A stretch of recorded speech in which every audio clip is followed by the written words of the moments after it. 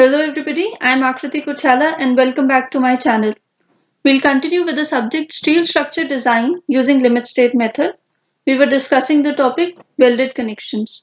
The prerequisites for the subject are IS 800-2007 and steel tables of any standard publication. So far we've discussed an introduction to IS 800-2007. We've discussed bolted connections in detail. In welded connections, we've discussed advantages and disadvantages, types of welds, weld defects, types of fillet welds, terminology used in fillet welds, longitudinal transverse intermittent fillet welds, and also some clauses related to design of fillet welds. तो आज के lecture में हम देखेंगे कि क्या steps हमें follow करने चाहिए जब हम फिलेट वेल्ड को डिजाइन कर रहे हैं. So a fillet weld may be subjected to direct, tensile or compressive, bending, tensile or compressive and shear stresses. But shear controls the design since the fillet weld always fails in shear. तो यहाँ पे वो बोल रहा है कि जो fillet weld है उसमें कितने टाइप के स्ट्रेसेस आते हैं. एक तो डायरेक्ट स्ट्रेस आएगा. डायरेक्ट स्ट्रेस फर्दर कैसा हो सकता है, टेंसाइल या कंप्रेसिव हो सकता है. फिर बेंडिंग स्ट्रेसेस आएंगे. बेंडिंग स्ट्रेसेस में भी डायरेक्ट स्ट्रेस टेंसाइल स्ट्रेस भी आ सकता है, कंप्रेसिव स्ट्रेस भी आ सकता है. और थर्ड टाइप का स्ट्रेस है shear स्ट्रेस. तो ये तीनों टाइप के स्ट्रेसेस जो हैं हमारे वेल्ड पे आ सकते हैं. अब वो बोल रहा है कि जो shear स्ट्रेस है वो कंट्रोलिंग स्ट्रेस है. shear स्ट्रेस सबसे इम्पोर्टेंट है क्योंकि shear में ही जो है आपका फिलेट वेल्ड फेल करेगा. तो फेलियर कहाँ पे हो रहा है, shear की वजह से हो रहा है फिलेट वेल्ड में. तो इसलिए कंट्रोल कौन कर रहा है आपके डिजाइन को, shear कंट्रोल कर रहा है डिजाइन को. So the design steps for fillet welds are as follows. The size S of the weld is assumed based on the thickness of the members to be joined. ये हमें पता है कि जो हम साइज अज्यूम करते हैं वो डिपेंड करता है टेबल 21 पे. मिनिमम साइज जो हमने डिसाइड करना है अपने वेल्ड का, तो साइज डिपेंड करता है थिकनेस ऑफ द मेंबर पे कि कितने थिकनेस के मेंबर आप ज्वाइन कर रहे हैं. और टेबल 21 से फिर हम एस मिनिमम की वैल्यू इवेल्युएट कर लेते हैं. फिर कहता है an equal legged fillet weld. Equal legged fillet weld क्या है, जिसकी दोनों लेग्स, लेग 1 ये भी एस है और ये लेग 2 भी कितनी है, एस है. तो दोनों जब सेम वैल्यू के हैं तो वो कैसा फिलेट वेल्ड हो गया, equal legged fillet weld. Fails by shear. तो शेयर से फेलियर होगा, ये हम डिस्कस कर चुके हैं. कितने एंगल पे, at an angle of about 45 degrees through the throat. तो at an angle of 45 degrees through the throat जो है ये शेयर, ये वेल्ड क्या करेगा, ड्यू टू शेयर फेल कर जाएगा. तो आप यहाँ पे देख सकते हैं कि यहाँ पे आइसोमेट्रिक व्यू में ये हमें ट्राइंगल बना के दिया है जिसका जो आइसोसेलेस ट्राइंगल है, दोनों लेग्स कैसी हैं, दोनों लेग्स इक्वल लेंथ की हैं. और जो 45 डिग्रीज है उस पे आप एक शेयर प्लेन देख सकते हैं, फेलियर प्लेन देख सकते हैं. ये जो हैच्ड पोर्शन, शेडेड पोर्शन आपको दिखा रहे हैं, तो ये फेलियर प्लेन है जो ऑलमोस्ट 45 डिग्रीज पे है. तो ये एंगल जो फॉर्म हो रहा है. So the strength of the fillet weld is calculated by PDW is equal to LWTK FU minimum upon √3 gamma MW. और TW को मैं कैसे लिख सकती हूँ, TW can be written as K times S, क्योंकि ये क्या है, थ्रोट थिकनेस. तो इफेक्टिव थ्रोट थिकनेस हम KS से ऑब्टेन कर सकते हैं, where S is the size of the weld. LW is the effective length of the weld. FU minimum मतलब जो प्लेट मटेरियल है और जो वेल्ड मेटल है उनमें से जिसका भी मिनिमम जो अल्टीमेट स्ट्रेस होगा उसको आपने उसकी वैल्यू ले लेनी है. और गामा MW जो है पार्शियल सेफ्टी फैक्टर है. Gamma MW is equal to 1.25 shop welding के लिए और 1.5 फील्ड वेल्डिंग के लिए, साइट वेल्डिंग के लिए. तो आप इसको बोल सकते हैं साइट वेल्डिंग के लिए. तो इस फॉर्मूला को हमने लास्ट लेक्चर में डिस्कस किया था, कोड में हमने इसे डिराइव किया था कोड के दो क्लॉजेस को यूज करके. So this is used to determine the strength of the fillet weld. तो strength of the fillet weld अभी किस यूनिट्स में देगा आपको आंसर, न्यूटन में देगा, क्योंकि हम PDW कैलकुलेट कर रहे हैं. तो न्यूटन में आपके पास आ जाएगा कि इसकी डिजाइन स्ट्रेंथ कितनी है एक पर्टिकुलर फिलेट वेल्ड की. अब जो आपके पास ये डिजाइन स्ट्रेंथ आ गई तो आगे हम क्या देखेंगे, पुल और thrust to be transmitted by the connection is estimated. फिर आप देख रहे हैं कि आपकी जो मेंबर्स हैं, इन मेंबर्स पे एक्चुअल में लोड कितना एक्ट कर रहा है, पुल कितनी एक्ट कर रही है, थ्रस्ट कितनी एक्ट कर रही है, तो आप उसकी वैल्यू को एस्टिमेट करेंगे, उसकी वैल्यू को ऑब्टेन करेंगे। तो जो हम P यहाँ पे फिगर में अभी तक लिखते आ रहे हैं, अब हम इस P को देख रहे हैं। फिर उस P को आप किससे कंपेयर करेंगे, अपनी डिजाइन स्ट्रेंथ से, PDW से कंपेयर करेंगे, जो हमने यहाँ पे कैलकुलेट किया था। So effective length of the weld is calculated by dividing the factored pull or thrust by the strength of weld per mm। तो हमने क्या करना है, फैक्टर्ड पुल जो है, जो हमने लास्ट लेक्चर में देखा था कि LW को आप कैसे कैलकुलेट करेंगे, जो फैक्टर्ड पुल या थ्रस्ट है उसको क्या से डिवाइड कर देंगे, स्ट्रेंथ ऑफ द वेल्ड पर mm से डिवाइड कर देंगे। The length can either be adjusted as longitudinal fillet weld, या तो आप longitudinal fillet weld बना दें, जो क्या होते हैं, parallel to the load axis। आप ये देख सकते हैं, ये जो येलो में मैंने longitudinal fillet weld बनाए हैं, ये parallel हैं load axis के। या फिर आप क्या दे सकते हैं, ट्रांसवर्स फिलेट वेल्ड, जो मैंने ग्रीन में आपको शो किया है। और जो ये ट्रांसवर्स फिलेट वेल्ड होते हैं, ये क्या होते हैं, perpendicular to the load axis. Load axis ये हॉरिजॉन्टल एक्सिस है और ये कैसा है, उसके परपेंडिकुलर है। Along with fillet welds, along with longitudinal fillet welds. तो ट्रांसवर्स फिलेट वेल्ड हम जनरली लॉन्गिट्यूडनल फिलेट वेल्ड के साथ में देते हैं। तो आप इसकी हेल्प से क्या प्रोवाइड कर देंगे, इफेक्टिव लेंथ प्रोवाइड कर देंगे। लास्ट लेक्चर में हमने देखा था, it is a common practice to treat both the welds as if they are stressed equally. ये भी हम देख चुके हैं कि कोड जो है, कोड मानता है कि ट्रांसवर्स फिलेट वेल्ड और जो लॉन्गिट्यूडनल फिलेट वेल्ड है, उनकी स्ट्रेंथ कितनी है, इक्वल स्ट्रेंथ है। तो ये हम अजम्पशन लेके चलेंगे as per the code. If the length of the weld exceeds 150 times throat thickness, the design capacity of weld is reduced by the factor BLW।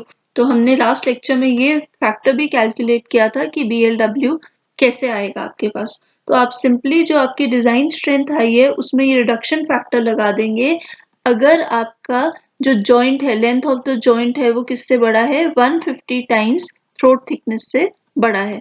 तो ये हमने पहले चेक करना है और उसके बाद अगर ये कंडीशन सेटिस्फाई हो जाती है तो हम BLW की वैल्यू कितनी ले लेंगे, इस फॉर्मूला से जो आएगी।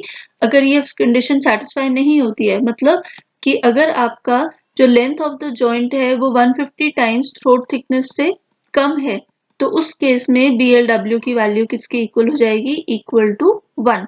तो मतलब आपको कोई रिडक्शन करने की जरूरत नहीं है। फिर आता है, if only a longitudinal fillet weld is made. अगर आप सिर्फ लॉन्गिट्यूडनल फिलेट वेल्ड बना रहे हैं, a check is provided to see that the length of each longitudinal fillet weld is more than the perpendicular distance between them। तो अगर हम इसको डायग्रामेटिकली देखें, ये हमारे पास दो प्लेट्स हैं और यहाँ पे आपने क्या प्रोवाइड करा है, सिर्फ लॉन्गिट्यूडनल फिलेट वेल्ड प्रोवाइड किया है। यहाँ लिखा गया है only a longitudinal fillet weld is provided, जो मैंने आपको येलो में दिया है। तो वो कह रहे हैं कि हमें चेक करना होगा।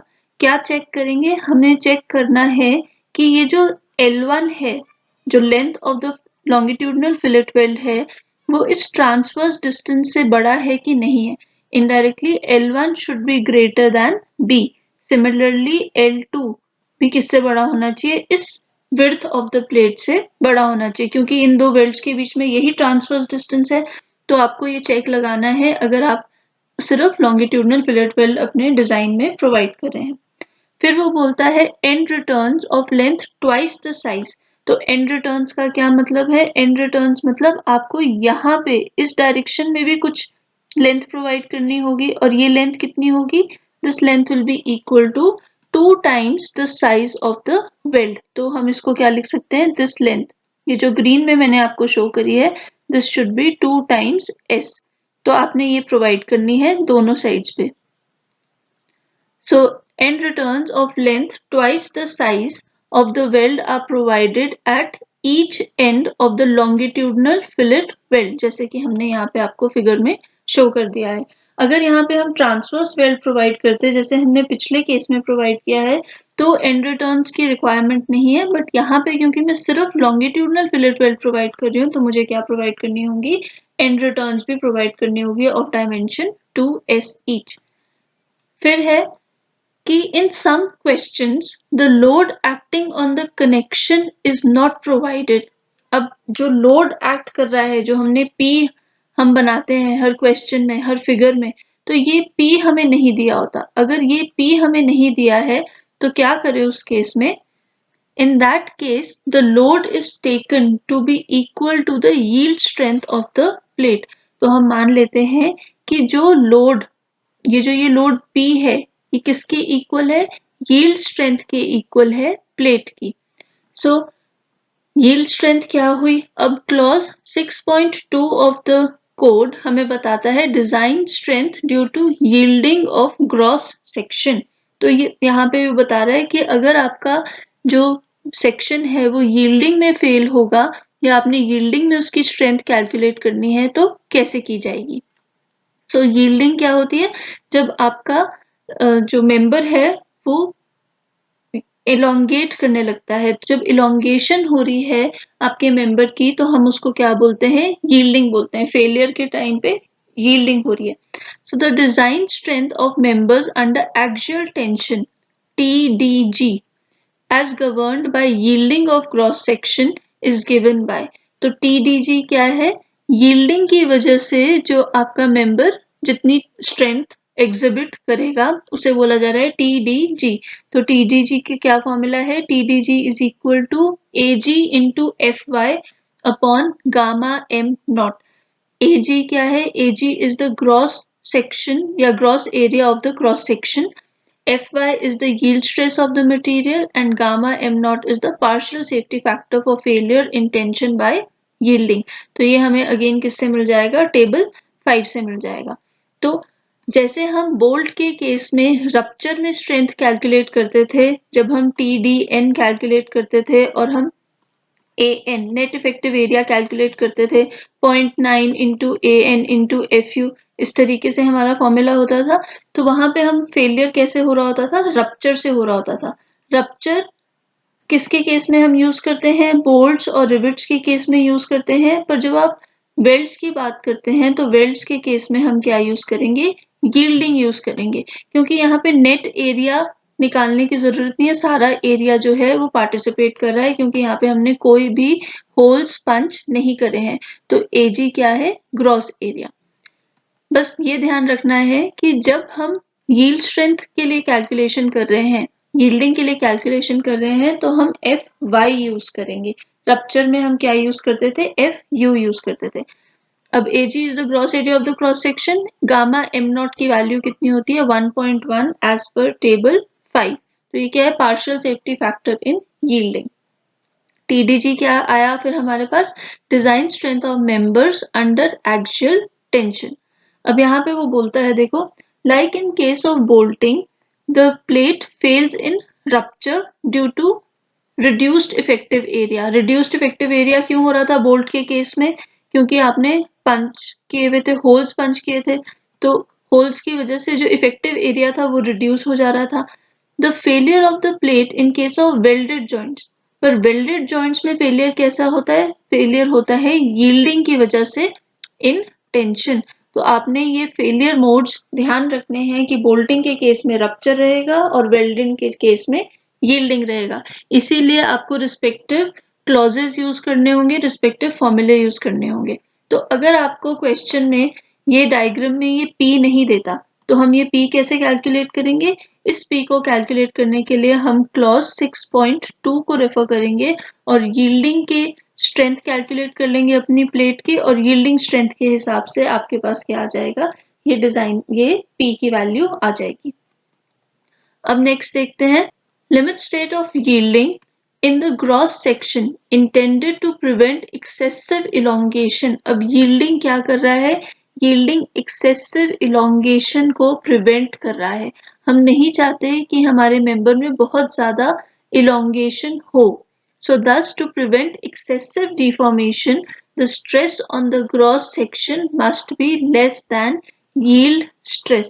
अगर आप चाह रहे हैं किसी पर्टिकुलर मेंबर में बहुत ज्यादा इलोंगेशन ना हो तो आप क्या करेंगे? आप कोशिश करेंगे कि जो उसके ऊपर स्ट्रेस एक्ट कर रहा है वो स्ट्रेस किससे कम रहे? Fy से कम रहे।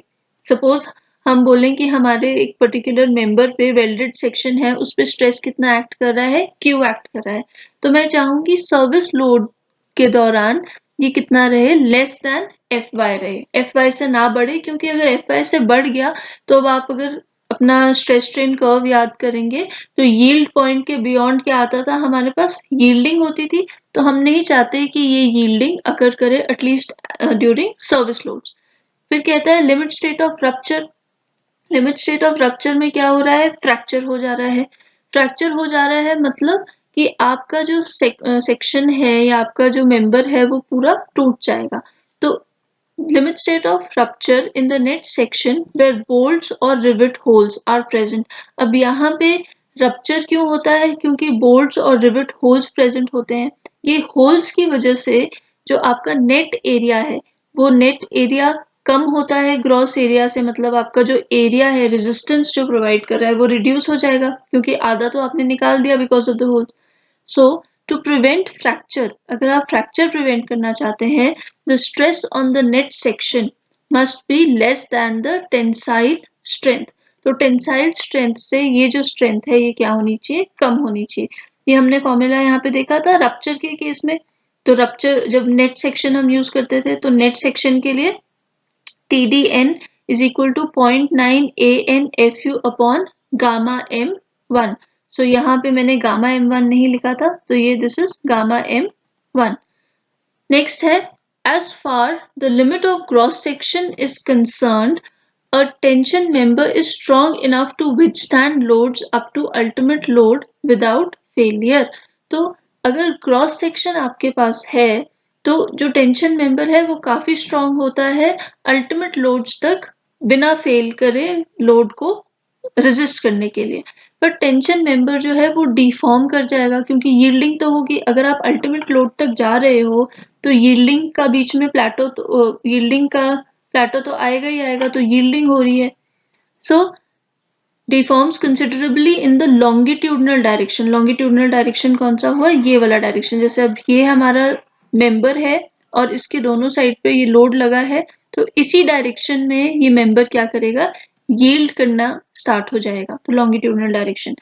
और कितनी यील्डिंग होगी, 10 to 15% यील्डिंग होगी of its original length. Original length अगर हमने L बोल दी, इस लेंथ को मैं L बोल रही हूँ, तो यील्डिंग की वजह से ये लेंथ क्या हो जाएगी, ये लेंथ इंक्रीज हो जाएगी। और कितने अमाउंट से इंक्रीज होगी, 0.1 या 0.15 L से इंक्रीज होगी। तो टोटल लेंथ कितनी होगी, 1.15 L हो गई हमारी total length after yielding. Clear. और इस लेंथ पे फिर आके ये क्या कर जाएगा, टूट जाएगा and becomes unserviceable। So this is becomes unserviceable। फिर है बिकॉज ऑफ स्ट्रेन हार्डनिंग। पर ये तो हमने बात करी जो हम सिंपल फॉर्मूले के हिसाब से बोल रहे थे, पर एक चीज जो हमने कंसिडर नहीं करी है इस पूरे सिनेरियो में वो है स्ट्रेन हार्डनिंग, जहाँ पे हम बोलते हैं कि जो स्ट्रेंथ है, अगर आप फिर से स्ट्रेस स्ट्रेन कर्व को याद करें तो स्ट्रेंथ क्या करती थी, स्ट्रेंथ यहाँ पे यील्डिंग हुई, फिर ये इंक्रीज करी, स्ट्रेन हार्डनिंग हुई और फिर नीचे आएगा। तो ये स्ट्रेन हार्डनिंग की वजह से जो स्ट्रेंथ है वो थोड़ी सी इंक्रीज कर जाती है, पर इस इंक्रीज स्ट्रेंथ को हम कंसिडरेशन में नहीं लेते। The actual strength of a ductile member में even exceed than that given by this equation. तो ये बढ़ भी सकती है क्योंकि स्ट्रेन हार्डनिंग भी रोल प्ले करेगी। So in this lecture we briefly discussed what are the steps used to design a fillet weld. In the next lecture we'll be discussing a numerical problem based on it. I hope this lecture was useful to you. Thank you and stay tuned for more.